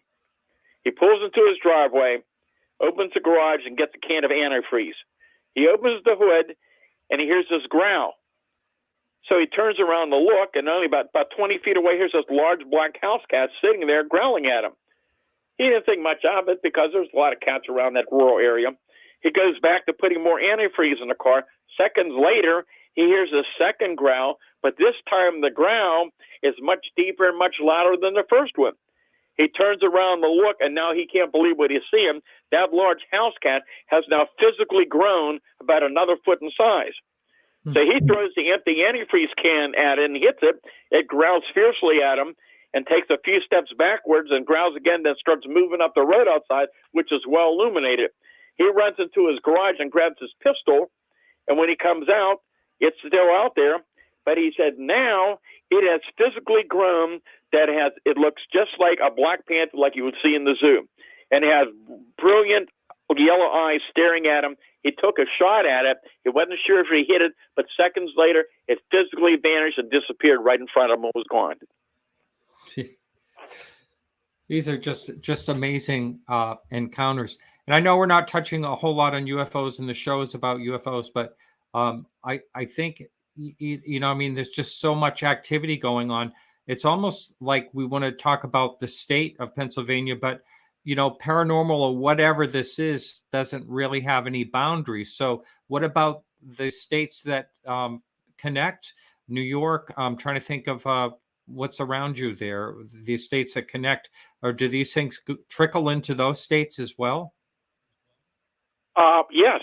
Ohio, West Virginia, Maryland, up to New York. Yeah, all these areas we're hearing reports. And again, there's other researchers in those areas, some of which I'm in touch with, and they're all getting similar reports. Maybe not the extent that probably I'm getting here, but you got to remember now, this is one of the only places in the country, this is 1969, that my hotline's been open. It never stops ringing. Between email reports and phone reports, I'm always getting current and past reports in. So this was a place, and especially years ago when I had my research groups for years and years, there was a place they could report and it would be investigated. So most other states don't have that, but you have groups and individual researchers, they all get reports. We all get reports. This, whatever we're dealing with, both UFOs and these cryptid cases, once again, it's not a rare thing. These things go on year after year. We're all getting reports. We can't even imagine how much of this is going on we don't hear about. Right. Well, we have a place to report UFOs. There's like MUFON and what am I trying to think of? New Fork with Peter Davenport. So places to report UFOs, but where do people report things that you're talking about besides you? Yeah, and that's the whole thing. A lot of people are very reluctant, to call the police department and even police officers. I've interviewed over the years many police officers from many departments and agencies, who have talked to me confidentially about things they saw. I mean, credible people, you come down to people from all walks of life, school teachers, engineers, pilots. I've interviewed numerous commercial, private, corporate pilots who have encountered these objects in the sky for years and years. And this stuff it's not a rare phenomenon. It's ongoing. There's a lot of activity, even like I said, in this year and recent weeks and months. And something's going on out there. And I don't have the answers. Over the years, you saw different patterns, but the more you knew about it, the more you began to wonder what was going on. And then you would have a case who came in and just throw a loop into your theory from years ago. But I'm convinced more and more that a lot of what we're dealing with, again, it has a physical and a non-physical aspect to it. That these things, they come and they go, they're here and they're gone. They can leave evidence at times. But whatever we're dealing with, I think right now is well beyond our present scientific understanding.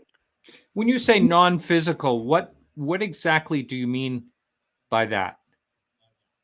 Well, the fact that you've got a creature like a Bigfoot that looks physically solid, can leave evidence at times, and then it's gone. Right. It's just physically gone. And again, even like the Black Panther reports, we've had reports. I remember another researcher told me he had a report of this huge flying creature a few years ago, but the witness said it was strange enough to see this huge flying creature, but it was transparent. You could see through it. And then I had another case of all places, and again, UFO sightings, cryptid sightings, more and more reports in populated areas where there's not a lot of woods around. That's been going on more and more over the years. Here in South Greensburg, not far from me, this is the major area, for restaurants, a business area. You have a lot of traffic through there.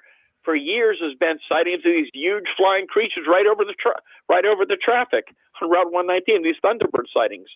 And there was a case several years ago. It was a nice winter afternoon. We had a big snowstorm prior to that, and 2 adults and a child decided to take a leisurely walk that afternoon. They're walking this area where there had been a history of these huge flying creature sightings, and they were just walking around looking at the nice scenery. The young boy wasn't paying any attention, but the 2 women yelled at the same time, "Did you see the size of that bird?" Here's this huge bird on the ground to open up this massive wingspan. It's only 20, 25 feet away. It was not that thick with trees in that area. It starts walking right behind the trees in the fresh snow. They immediately run right up to that area to see what happened to it. It's nowhere in sight. There's deer tracks in the snow. There's no other tracks. They would have seen it take off. It is nowhere to be seen. And they've just scratched their head like, where did this thing go? Yeah, that is just amazing. I've spent I'd like to visit New Hope in that area there. It's just such a pretty area. How about that area in Pennsylvania? Is there ever any reports in that area? I know the name, but I can't remember right offhand what county it is. Do you happen to know what county it is? Yeah, it's right. It's right on the border of New Jersey. And let me just see. Let's see. Oh, Bucks County. Okay. I know there have been a number of incidents, UFOs in Bucks County, even in the last year. I know there have been Bigfoot activity around that general area. I know, I'm trying to think, even outside of Philadelphia, I mean, going back to, I think it was early 75, and this actually made the news. There was what appeared to be a small, hairy creature like an ape, and they called it a small Bigfoot, that was in daylight walking down the street near some apartment complexes not far outside of Philadelphia. And I know we've got reports on that, and it made some, I think it actually made a national newswire story. And so these things, again, they're appearing not just in wooded areas, but they're appearing more and more in more residential areas, and even with UFO sightings. I mean, Pittsburgh, major city.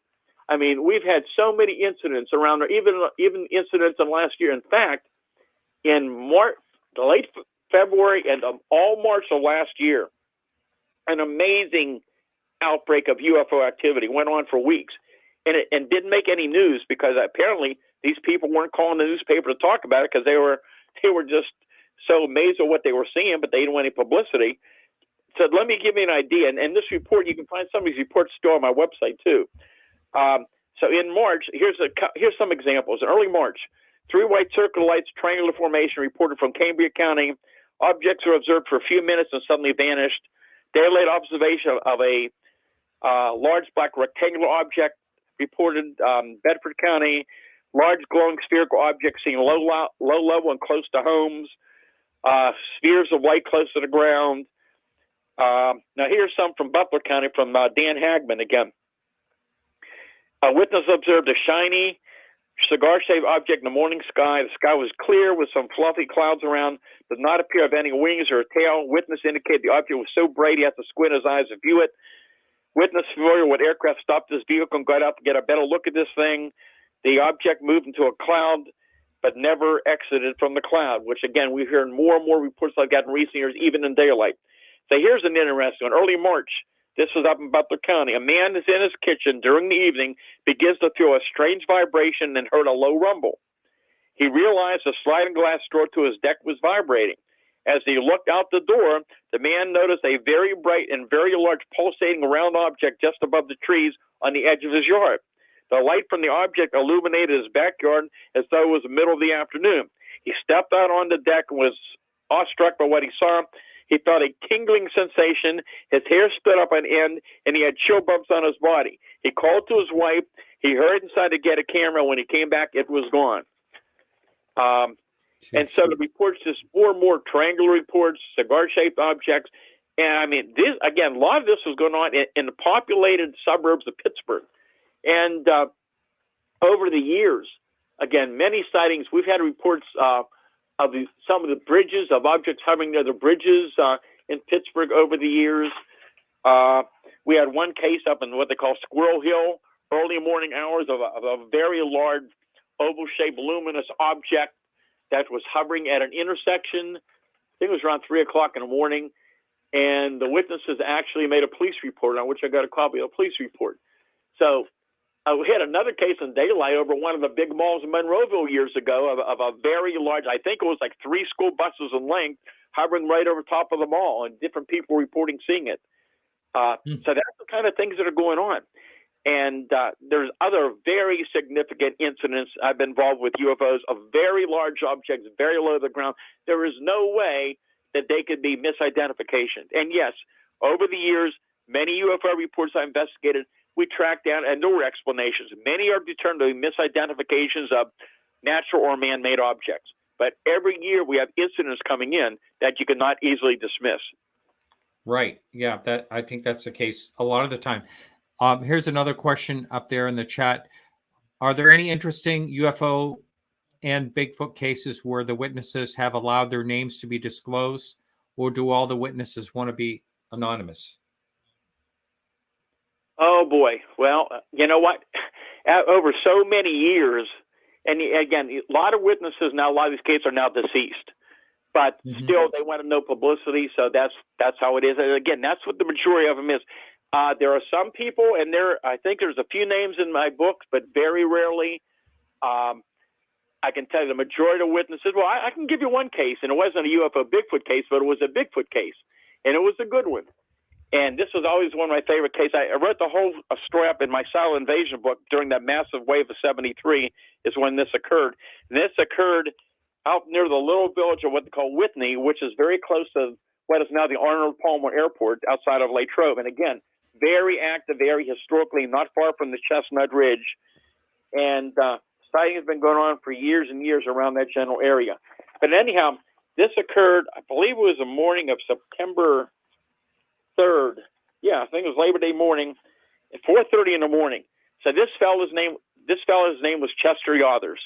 Chester did not believe in Bigfoot. In fact, the night before, there was some news stories about it. He was laughing out loud. His neighbors were over there visiting, and his wife was out there, and they're all pretty much making fun of the story. So anyhow, it's about 4:30 in the morning, and he's in his mobile home. He and his wife were sleeping, and all of a sudden, he hears this big bump against his trailer. And he thought he had a garage behind his house. He had a nice antique car, and he thought somebody was breaking in to get his car. So he looks out the window, and he can't believe what he's seeing. So here's this huge creature on the opposite side of the window. So this thing's no more than maybe 2 feet in front of him, but it has his back towards him.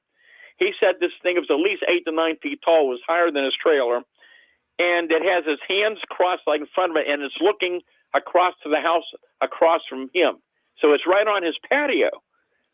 And he looks at this thing, and I mean, he's just amazed. He couldn't believe what he was seeing. It's covered with black or dark brown hair, about 2 or 3 inches long. Arms were very, very long. Got a really good look at this thing. So anyhow, he goes over. Now, this fellow was a retired coal miner, and he had emphysema, as I remember, and he was having trouble breathing, as I remember. Back in those days, you may remember, we had telephones with girl operators, and he awakens his wife, and he said, that thing they call Bigfoot, it's out on our patio. So the wife goes over, oh, my God, what are we going to do?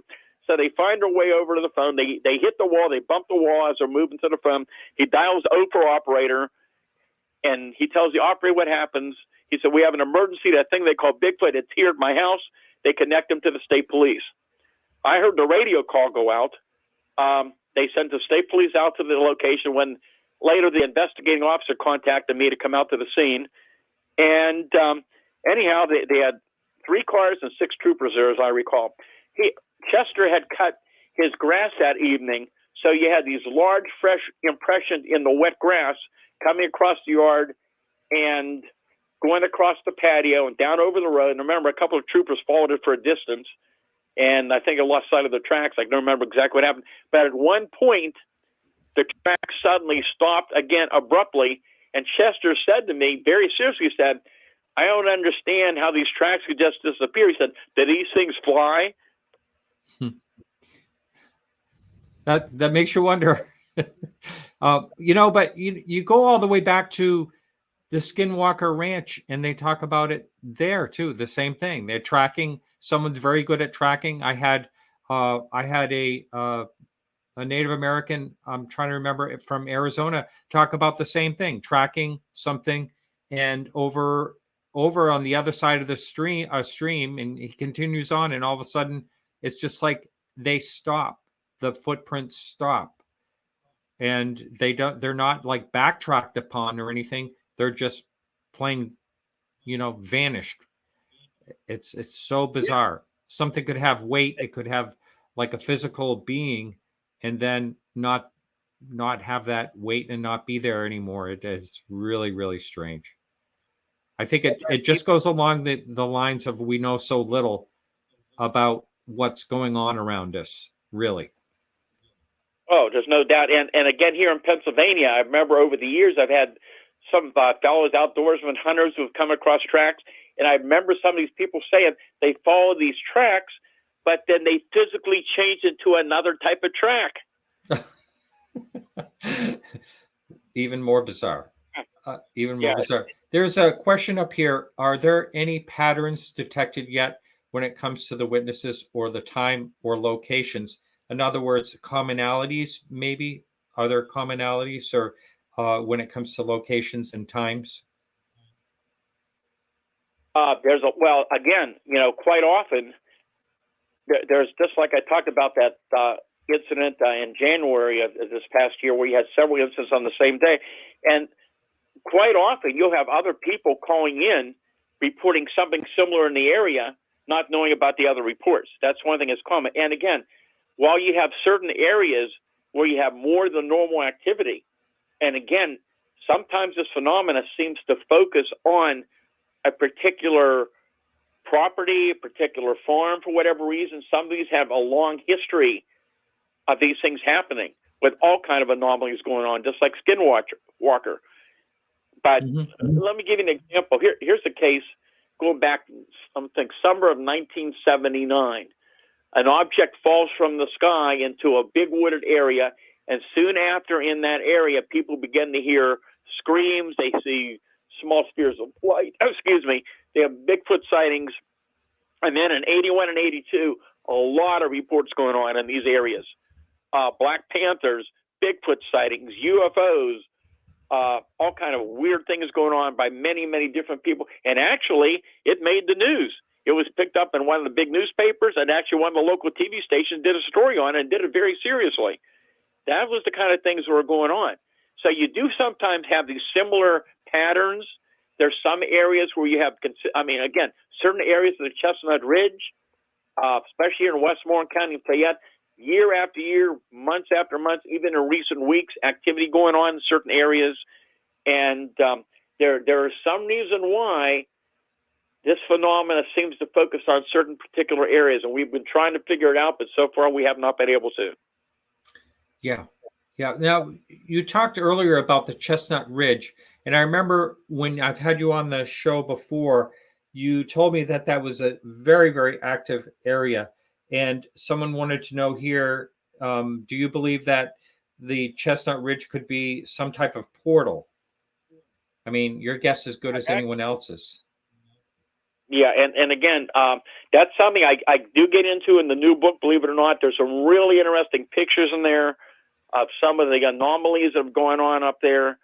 One case, a landowner had property up there where a lot of weird things have been going on for years, and they know their trees. They walk it all the time, and there was an old tree that was hollowed out, probably from lightning strike years before. And they had seen it many times. But on this one particular day when they called me several years ago, what baffled them was inside of that old tree, now upside down, was a live tree, roots up, stuff deep inside the other tree. And there's no other trees like that. There was no indication of any damage in the area, no indication like a microburst or anything along that line. It's just another one of those things that is very, very weird. And there's a pretty interesting picture of it in the book. But other things like that have been occurring. And there are people who claim in certain areas they're seeing like they call them portals. They've seen some type of opening or doorway where they believe these things might be coming, going from. So yeah, we've been hearing those stories for years in different areas and up on the ridge. Yeah. This one of the people in the chat keeps asking about spirits, if it's possible that these are spirits left over from extinct species. I mean, I don't know if anyone's ever, came up with that thought or not. Have you ever heard of that as one of the suggestions of what these things may be? There are many theories out there.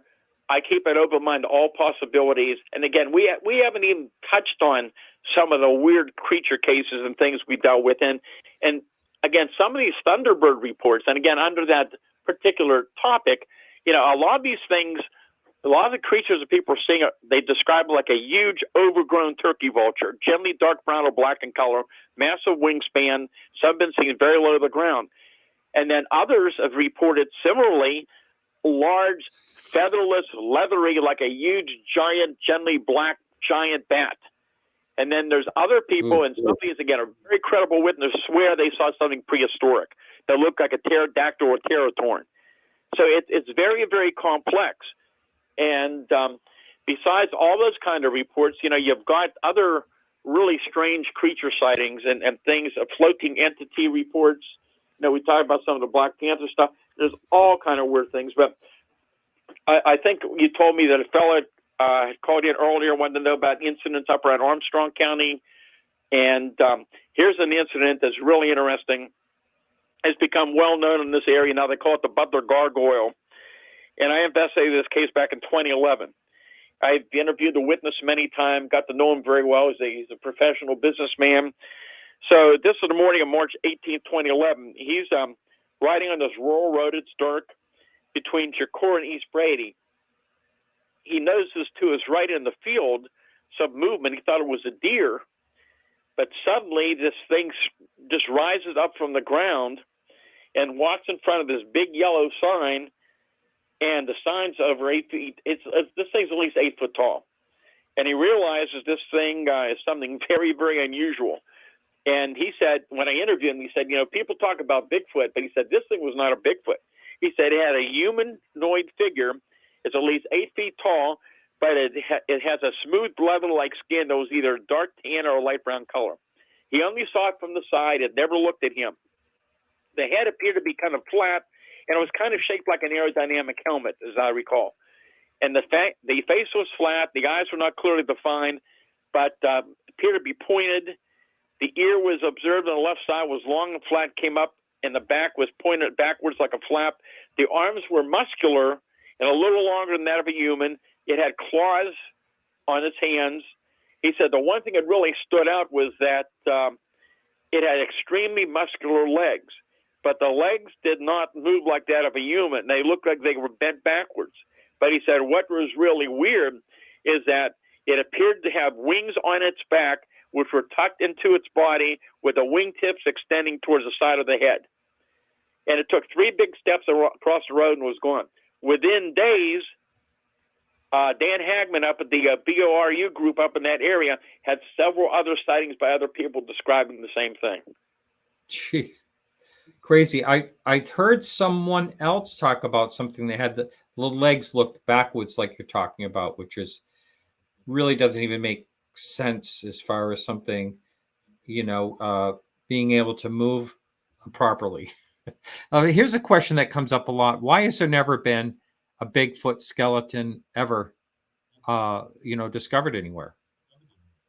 And that's exactly what I've been saying for years. If we're dealing with some type of unknown animal, these sightings occur all over many parts of the world, similar type of reports. And yet all these reports, you hear reports of bodies found, but nobody ever finds the body. People shooting at it, but you never find the dead body.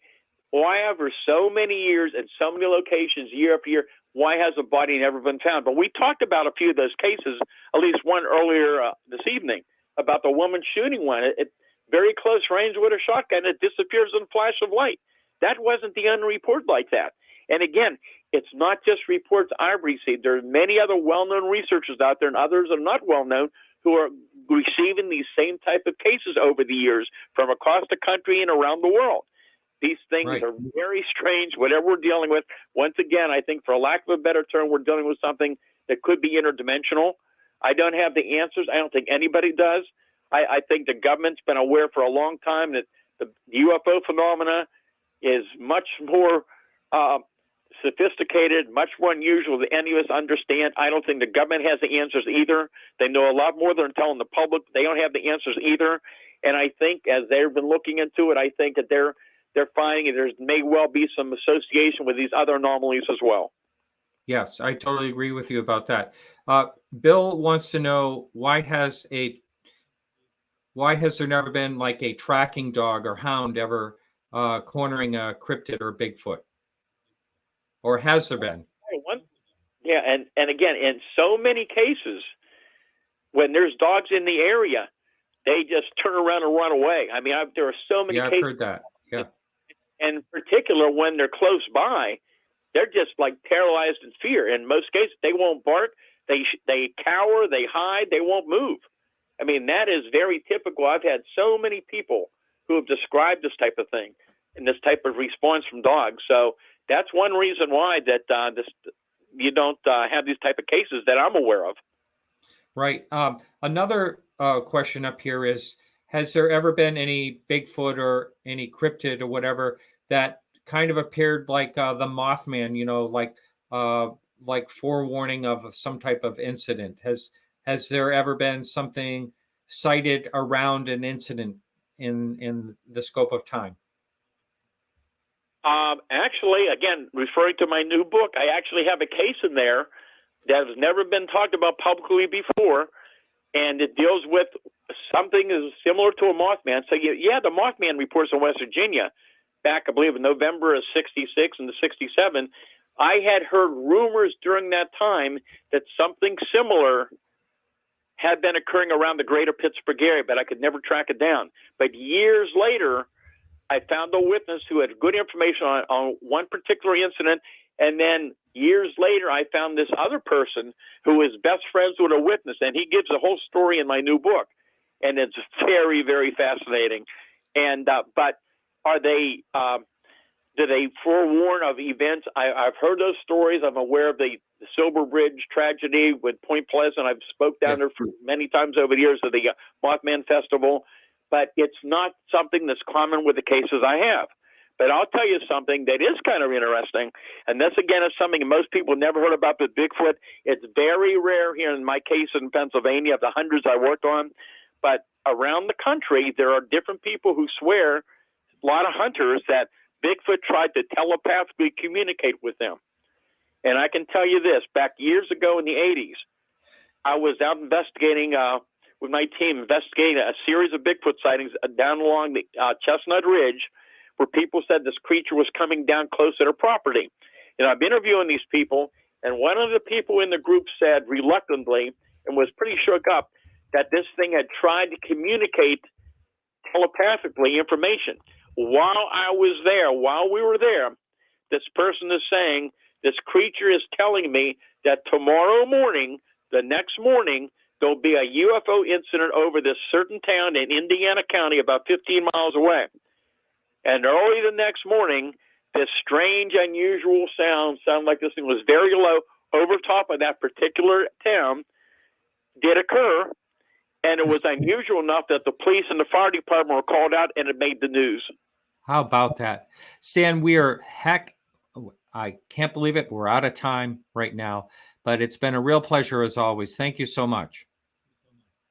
Thank you very much. If people want to check my website, it's stangordon.info, and all my contact information is on there as well. All right. I'll make sure to link that in the show notes. You take care, and we'll talk to you again soon. Very good. Thanks for having me on. You bet. All right. Take care. All right, everyone. So that is it for tonight's show. Thanks so much for hanging in. And remember to check out Nightmare Houses over at nightmarehouses.com on that new podcast that just came out. Next week, we have Micah Hanks will be on the show as a guest. I'll be on the road and be coming from some location. I have no idea where. But anyway, thank you for listening, and we'll see you next week. Remember to keep your eyes to the sky.